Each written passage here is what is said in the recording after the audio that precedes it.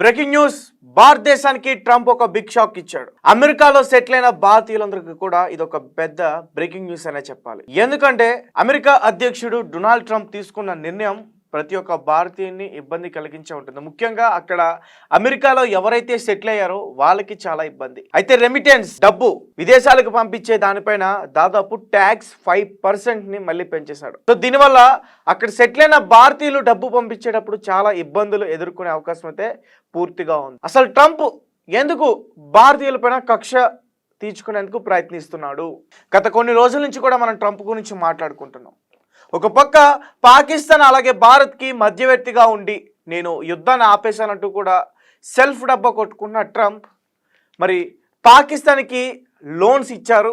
అలాగే టర్కీకి మన శత్రు దేశాలకు సంబంధించి ఏదైతే ఉన్నాయో వాళ్ళకి కొన్ని మిసైల్స్ని కూడా ఇచ్చారు. అలాగే ఇక్కడ మన ఇండియాలో ఈ యాపిల్ సంస్థ పెట్టుబడులు పెడుతుంటే పెట్టొద్దంటూ కూడా ఆపేందుకు ప్రయత్నించాడు.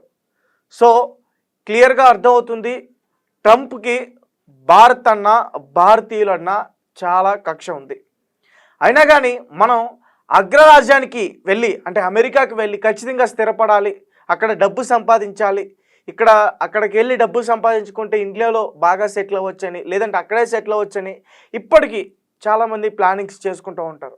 అలాంటి వ్యక్తులందరికీ కూడా ఇక్కడి నుంచి ఇది బిగ్ షాక్ అని అనిపిస్తుంది.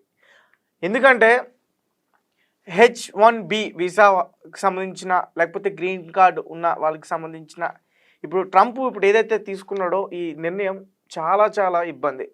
దాదాపు అమెరికాలో సెటిల్ అయిన 4 కోట్ల మంది ఇండియన్స్కి ఇప్పుడు ట్రంప్ తీసుకున్న నిర్ణయం వాటిపైన ప్రభావం చూపించే అవకాశం ఉంది. సో ట్రంప్ వాడు పెద్ద కంపు. ఎందుకంటే ఒక పక్క నేను యుద్ధాన్ని ఆపేశాను, యుద్ధం మొత్తం కూడా నేనే దగ్గరుండి సెటిల్ చేసేసానని సొల్లు కబుర్లు చెప్పుకున్నాడు మొన్నటి వరకు కూడా. ఈ యాపిల్ సంస్థలు వీళ్ళందరూ కూడా ఇక్కడికి వచ్చి పెట్టుబడులు పెడుతుంటే దాన్ని ఆపే ప్రయత్నం చేశాడు. ట్రంప్ అసలు ఏమనుకుంటున్నాడు? అసలు ట్రంప్కి భారతీయులు అంటే ఎందుకు కక్ష? మీకు ఎవరికైనా తెలిస్తే మాకు కామెంట్ రూపంలో తెలియపరచండి. అలాగే ట్రంప్ మహా అయితే 2 సార్లు గెలిచాడేమో, కానీ మోదీజీ 3 సార్లు గెలిచారు. నాకు తెలిసి ఆ కక్ష ఉందేమో నాకైతే మాత్రం అనిపిస్తుంది. ఒకసారి పూర్తిగా మీకు మరింత సమాచారం ఇచ్చేందుకు కూడా నేను ప్రయత్నిస్తాను. ఒకసారి ట్రంప్ ఎలాంటి నిర్ణయం తీసుకున్నాడు అనే దాని గురించి. అమెరికాకు వెళ్ళి డబ్బు సంపాదించాలని భారత్లో చాలామంది యువత కళ. వీరిలో మధ్యతరగతి కుటుంబం నుంచే అనేక మంది యువత అగ్రరాజ్యానికి క్యూ కడుతూ ఉంటారు. ఏదో పని చేసి ఇంటికి డబ్బు పంపించాలన్నదే వారి లక్ష్యం. అయితే అలాంటి లక్షల కుటుంబాలకు అమెరికా అధ్యక్షుడు ట్రంప్ బిగ్ షాక్ ఇచ్చారు. అమెరికాలో విదేశాలకు పంపే డబ్ రెమిటెన్స్పై పన్ను పెంచుతూ ట్రంప్ సంచలన నిర్ణయం తీసుకున్నట్లు సమాచారం. రెమిటెన్స్పై 5% పన్ను విధిస్తూ ఆదేశాలు జారీ చేయనున్నట్లు తెలుస్తుంది. అమెరికా యువతర పౌరులపై భారం మోపే దిశగా ట్రంప్ సర్కార్ ఈ చర్యలు తీసుకుంది. ట్రంప్ నిర్ణయంతో అమెరికాలోని భారతీయుల తల పట్టుకున్నారు. తమ ఇళ్లకు డబ్బు పంపే ఎన్ఆర్ఐలపై ప్రత్యక్ష ప్రభావం పడుతున్న క్రమంలో భారతీయులు ఆందోళనలో ఉన్నారు. మరోవైపు గ్రీన్ కార్డ్ హోల్డర్ లేదంటే H1B వీసా పైన పనిచేయడానికి అక్కడికి వెళ్ళిన ప్రతి విదేశీయుడికి ఈ నిర్ణయం వర్తించినట్లు కూడా సమాచారం. ఇక అమెరికా పౌరసత్వం పొందిన వారిపై ఎలాంటి పన్ను ఉన్నదని సమాచారం. ట్రంప్ తీసుకున్న ఈ నిర్ణయం కారణంగా దాదాపు 4 కోట్ల మంది వలసదారులు ప్రభావితం అవుతారని ఆర్థిక నిపుణులు అంచనా వేస్తున్నారు. అయితే ప్రస్తుతం అమెరికాలో లక్షలాది మంది భారతీయులు ఉన్నారు. వీరంతా వివిధ స్టడీస్ కారణంగా అమెరికాకు వెళ్ళారు. వీళ్ళపై రెమిటెన్స్ ప్రభావం పడుతున్నట్లు నిపుణులు అభిప్రాయపడుతున్నారు. ఇక రిజర్వ్ బ్యాంక్ ఆఫ్ ఇండియా లెక్కల ప్రకారం అమెరికా నుంచి భారత్కు అందుతున్న రెమిటెన్స్ గత కొన్నేళ్లుగా గణనీయంగా పెరిగింది. 2010లో $55.6 బిలియన్ ఉన్న రెమిటెన్స్ 2023-24 నాటికి $118.7 బిలియన్ ఏకబాకినట్లు రిజర్వ్ బ్యాంక్ ఆఫ్ ఇండియా తన నివేదికలో పేర్కొంది. మరోవైపు వరల్డ్ బ్యాంక్ రిపోర్ట్ ప్రకారం అత్యధిక రెమిటెన్స్లు అందుకుంటున్న దేశాల్లో భారత్ టాప్ ప్లేస్లో ఉంది. 2024 నివేదిక ప్రకారం అమెరికాలో 50 లక్షలకు పైగా భారతీయులు ఉన్నట్టు తెలుస్తుంది.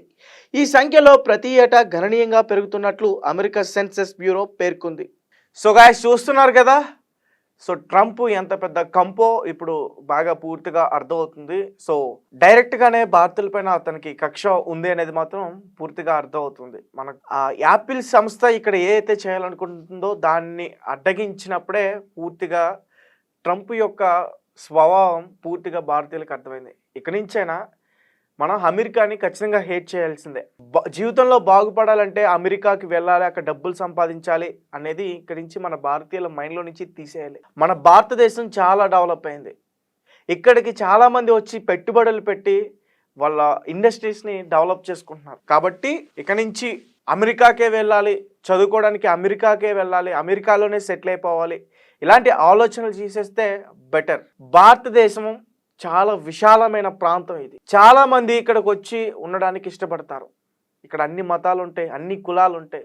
ఎంతో సంతోషంగా జీవించే ప్రాంతం. కనీసం కేవలం డబ్బు సంపాదించాలి, జీవితంలో ఉన్నత స్థాయికి చేరుకోవాలని చెప్పేసి మనం విదేశాలకు వెళ్ళి అక్కడ కష్టపడి డబ్బులు సంపాదించి ఇక్కడ పంపించాలని చూస్తాం.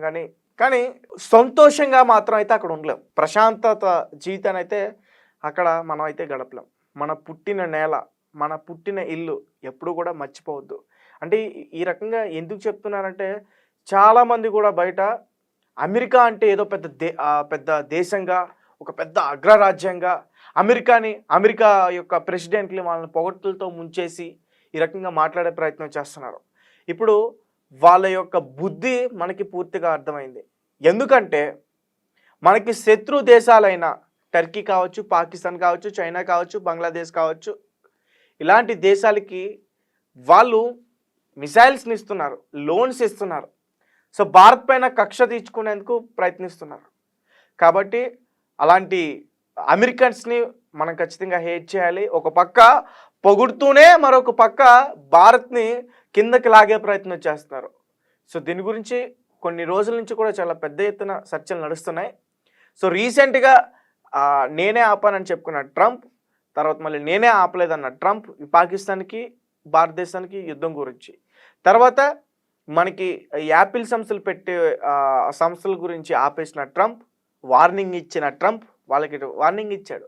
దాని తర్వాత మళ్ళీ ఇప్పుడు ఏదైతే నిర్ణయం తీసుకున్నాడో సో ఇవన్నీ కూడా ఖచ్చితంగా భారత్ గుర్తుపెట్టుకుంటుంది.